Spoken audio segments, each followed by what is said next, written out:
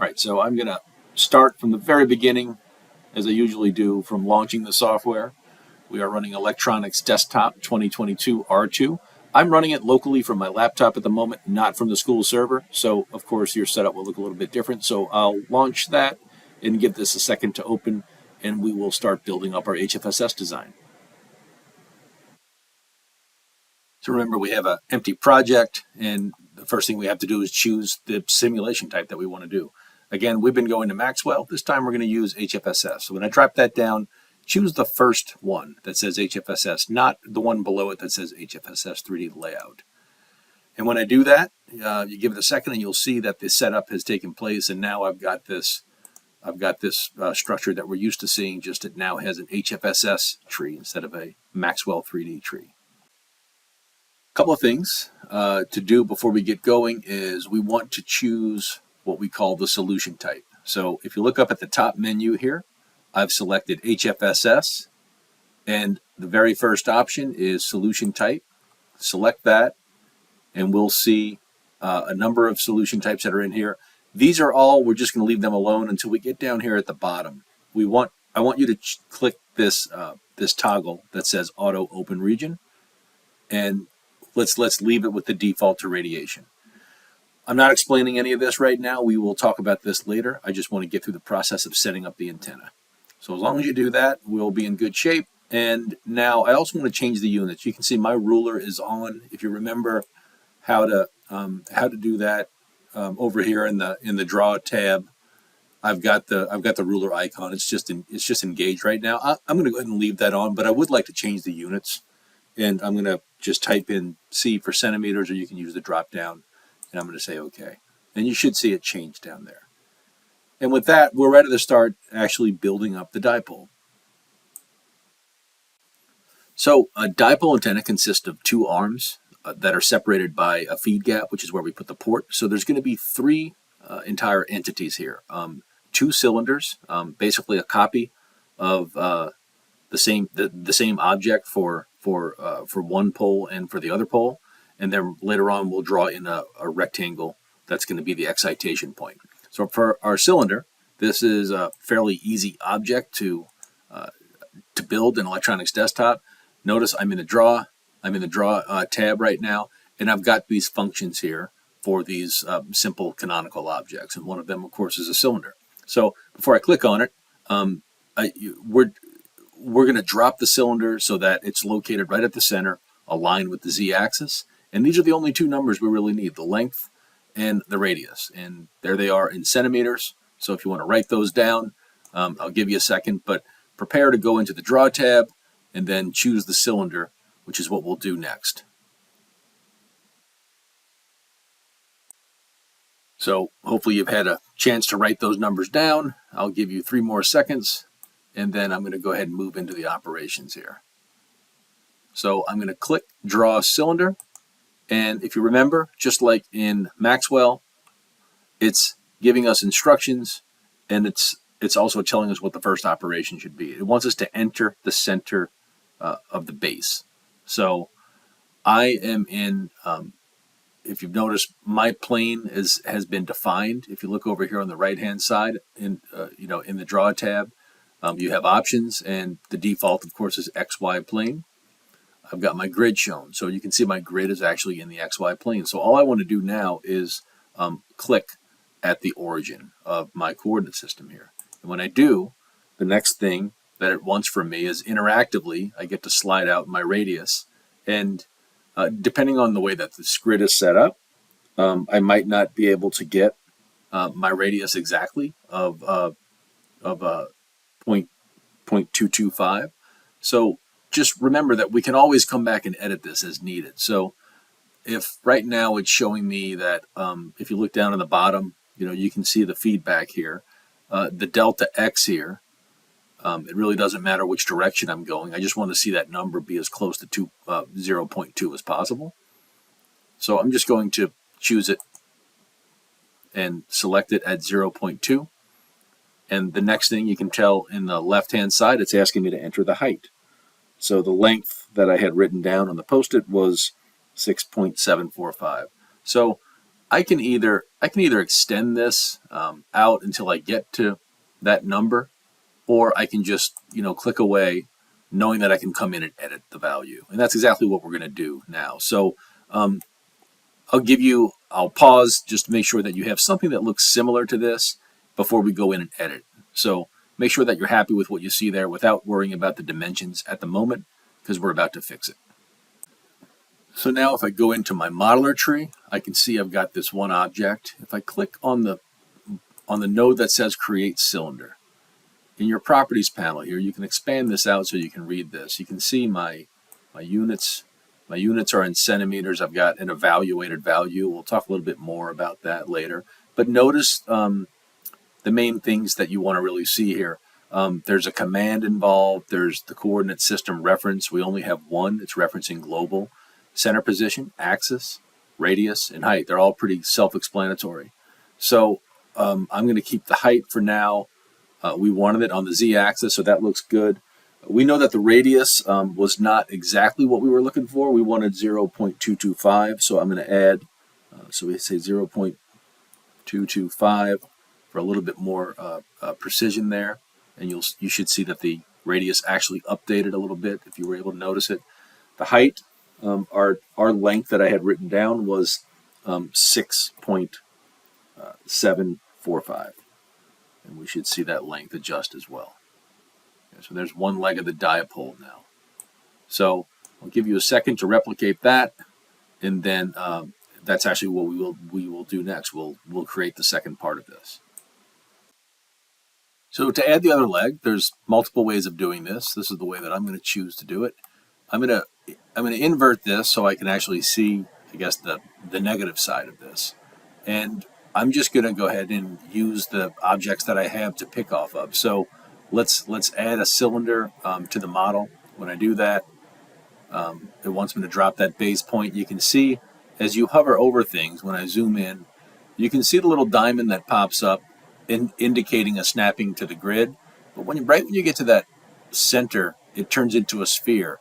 That's indicating that it sees the vertex. There's actually it's not a point, but it's an important object for the cylinder, and it sees that as the center point. So it's going to say, if you choose this now, it'll snap to it. So I'm going to click left, and my first job is done. It wants to enter the radius. You'll also see that it should ultimately find a place to snap to the radius as well. So you'll notice as I'm moving around the right-hand side for my second operation, notice how it goes from a triangle, or I should say a diamond, to a triangle. So right there, it senses that in the x-axis, it sees the radius. And that's because those snap features that we have in the top right are on. So I'll click one more time, and now it wants the height. There's not going to be anything to snap to in the height, of course, but we know that we can do what we did last time and just drop that and go back and edit it. So I've got cylinder 1, I've got cylinder 2. Cylinder 2 is the one that I want to change the height of. It says -2 right now. So if you remember, the length of the other one was -6.745.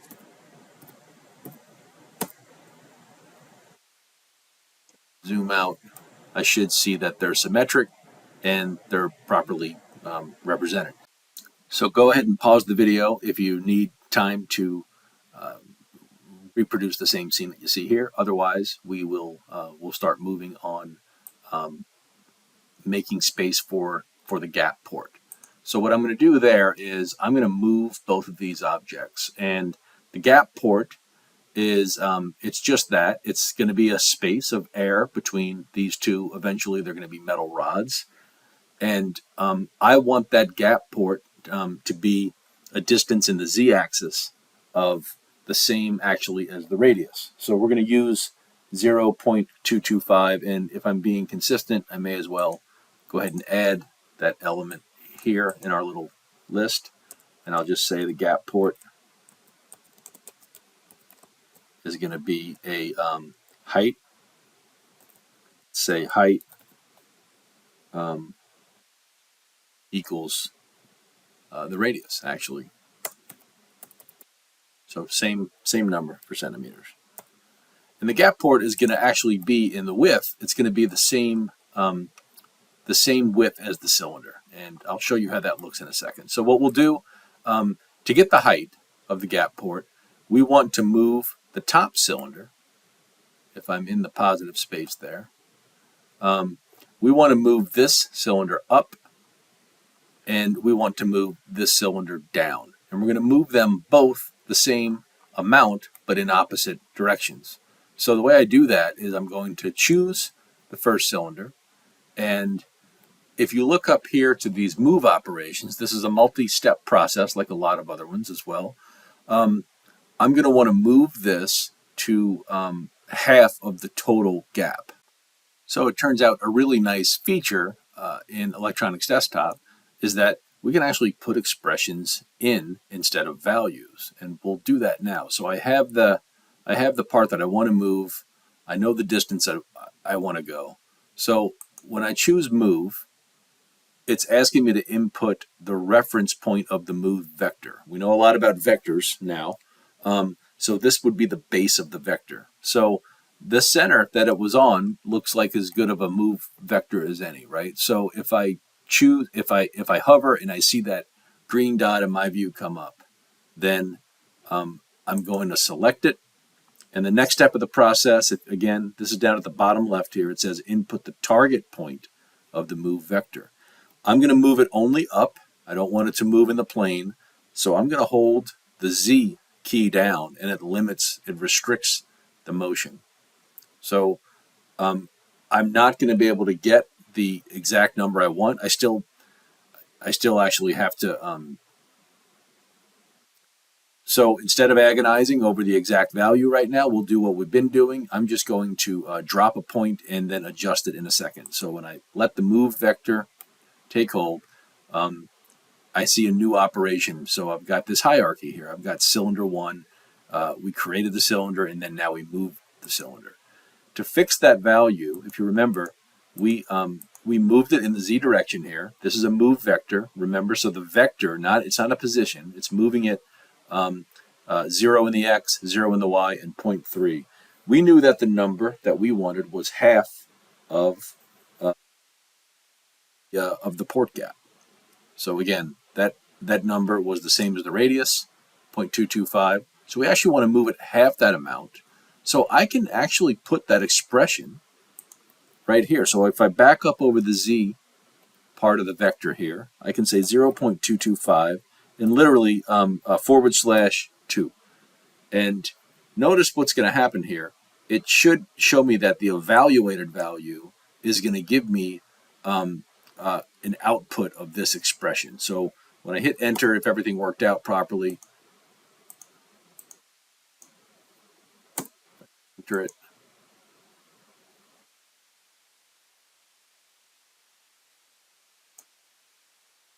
I think maybe I'm just not expanding the right.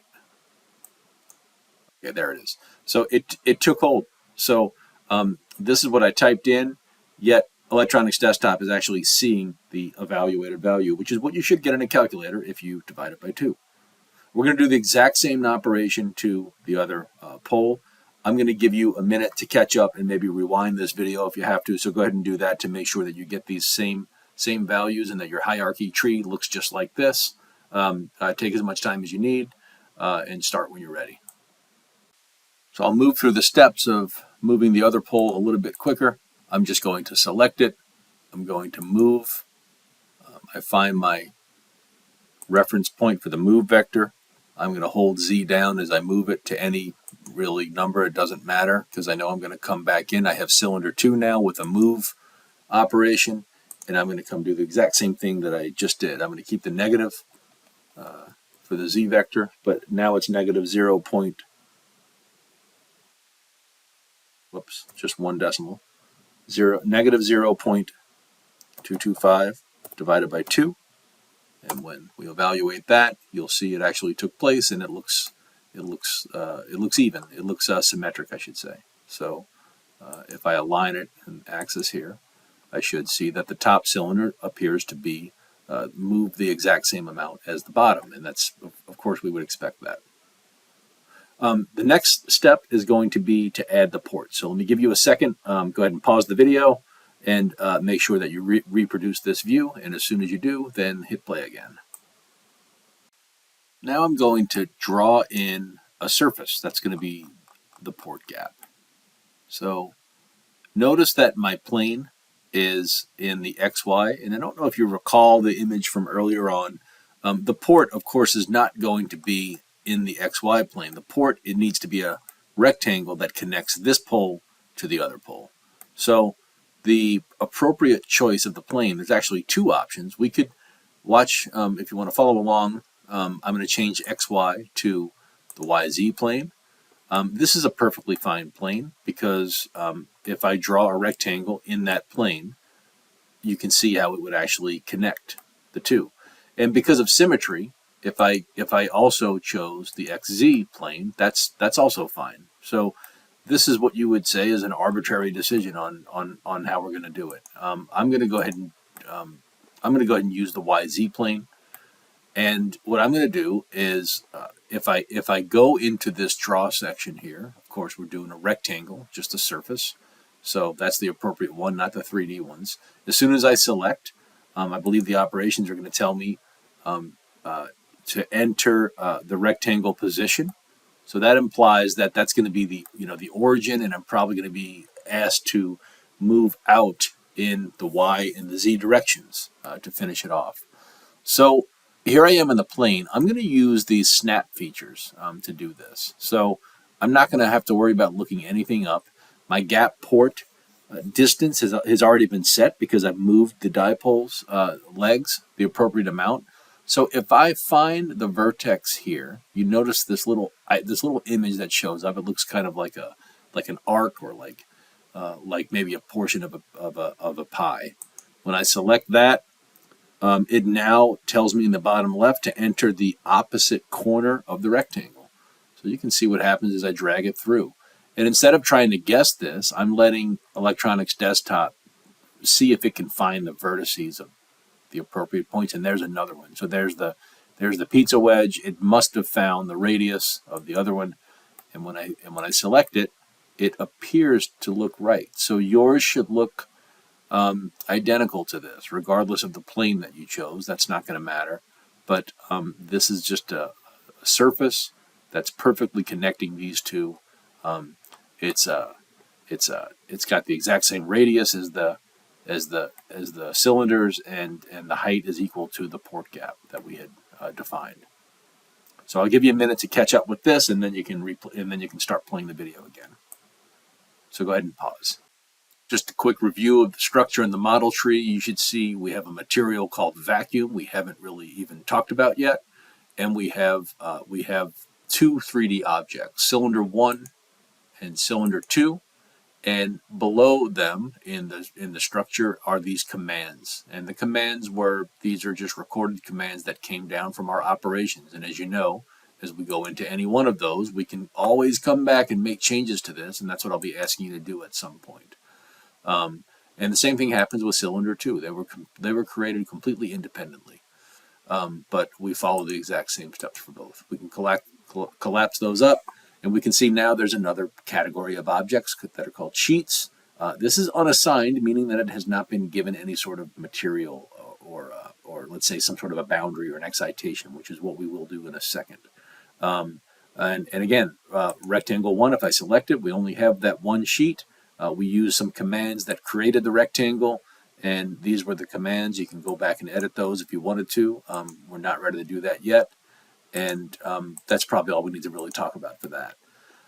You might have noticed that we're talking about an antenna, yet here we are with this material property of vacuum. So the first thing I want to change is let's appropriately assign these to not just the default vacuum, but an actual metal. And if I choose cylinder 1, and if I hold the control key down, I don't know how this works on the server over the remote desktop, but hopefully you can. If control doesn't work, I believe you should be able to just highlight the entire object like this. That's not what I want you to do, because that would give you the rectangle as well. But you get the idea. There's multiple ways to select two objects, so I think you'll be able to figure that out. And once you do, what I want you to do is right click in the space, and you see where it says assign material. We're going to go ahead and change the material now. So instead of vacuum, I don't know how your material libraries are linked in, so it could look different than this, but I'm just going to see if I can make it, if I can just type PEC, just the letters PEC, and I'm going to say enter, and you should see that it just snapped into PEC. We can go back and I should probably back up for a second and show you what those properties look like again. So you'll notice that in the properties library, you've got the name, and you've got what's important right here are things like the relative permittivity and the permeability and the conductivity. For this material, PEEK, it's not a real material; it's an ideal metal, and for that reason, it has an incredibly high conductivity. So if you look at other highly conductive values in here, you're going to see plastic is going to have much lower conductivity than things like copper and aluminum. And feel free to play around with that if you choose to. But for now, I just want to stick with that ideal PEEK material. So that's why I canceled out. I had already assigned it. So make sure that you can find that material value. If for whatever reason you're having trouble finding that, any type of metal should do the job. But I recommend going with PEEK for now. I'm going to go ahead and pause to make sure you have time to get this same setup. And when you're ready, go ahead and hit play. Now we're going to assign the port. So sheets, unassigned, rectangle. If I just choose rectangle, now all I have to do is right click, and I'm going to assign an excitation. So I'll let it just hover there for a minute to make sure that you can find that.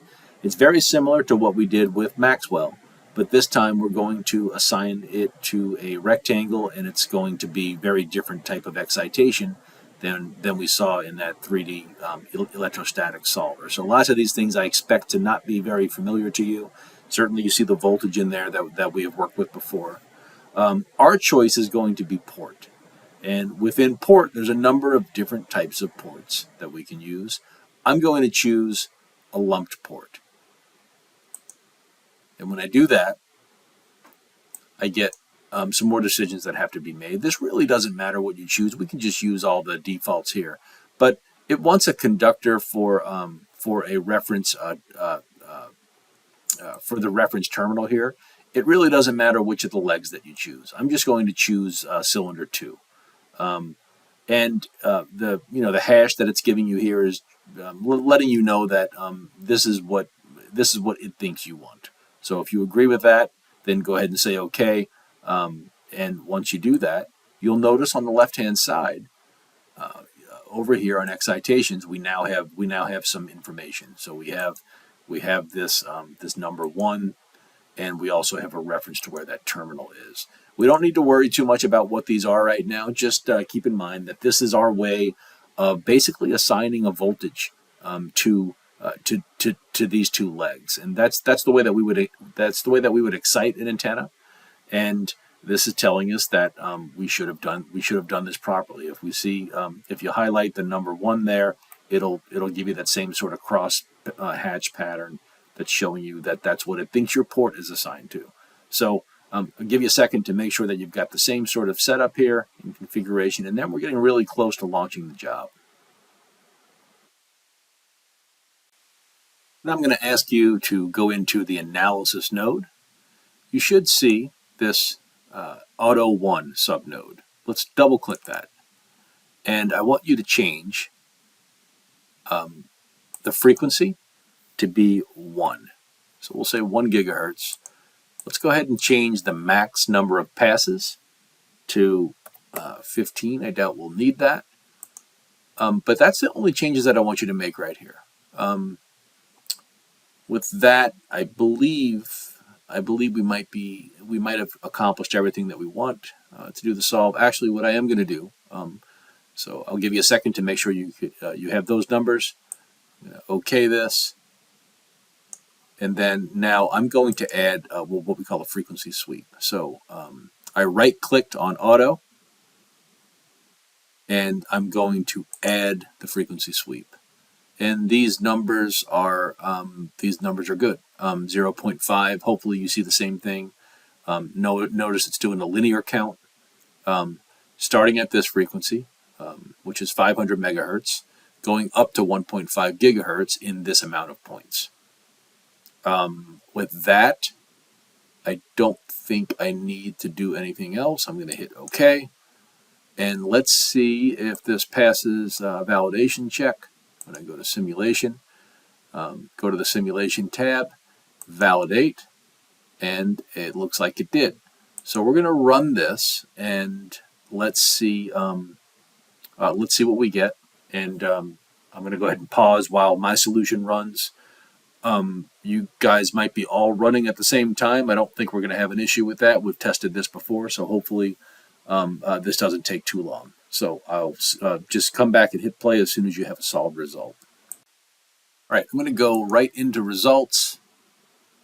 My solution worked out really quickly. I didn't get any error messages, so hopefully neither did you. When I go into the results tab, I want to start with, let's go ahead and start with the antenna parameter. No, let's do far fields report. So if you look at this icon right here, drop down, it says far fields report, and I'm going to choose 3D polar. So you should see all the defaults should be fine. I think you should default to the same thing that I'm showing here. A lot of times I do like to go to dB scale. So if you look over here on the far right, function wasn't selected. I'm going to go ahead and choose dB. Now with that, all I have to do is hit new report, and hopefully I get a 3D pattern that I expected, and that looks about right. We did this earlier. I kicked off this session by introducing you to what we expect to get, and this is actually, it appears to be the same thing. So that's a good start. The other thing that I want to do is look at something called return loss. Now I'm going to close this window. So notice here in my results window, I now have this one type of result. I'm going to add another type of result. So I go back to that results tab, and now I will do terminal solution data report. So the first one I want is 2D, and all of these settings are already ready to go for me. And so terminal S parameters, this quantity here, and then also in dB. And I'm going to choose new report for that. And now I'm going to say close. And this is also an expected result. We have not had a chance to introduce scattering parameters or return loss. And we certainly will spend a lot more time on that. For now, you have to trust me that this is a popular figure of merit, we would call it, to help design the antenna. And in this case, the lower the value is, the better the performance should be.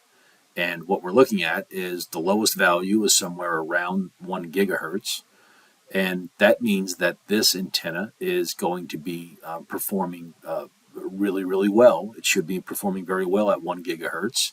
When you get to the lower frequencies or the higher frequencies indicated by this plot, it's going to be performing less well. So that's a very qualitative description, and I'm doing that for a reason, because we haven't really had a chance to describe all of that.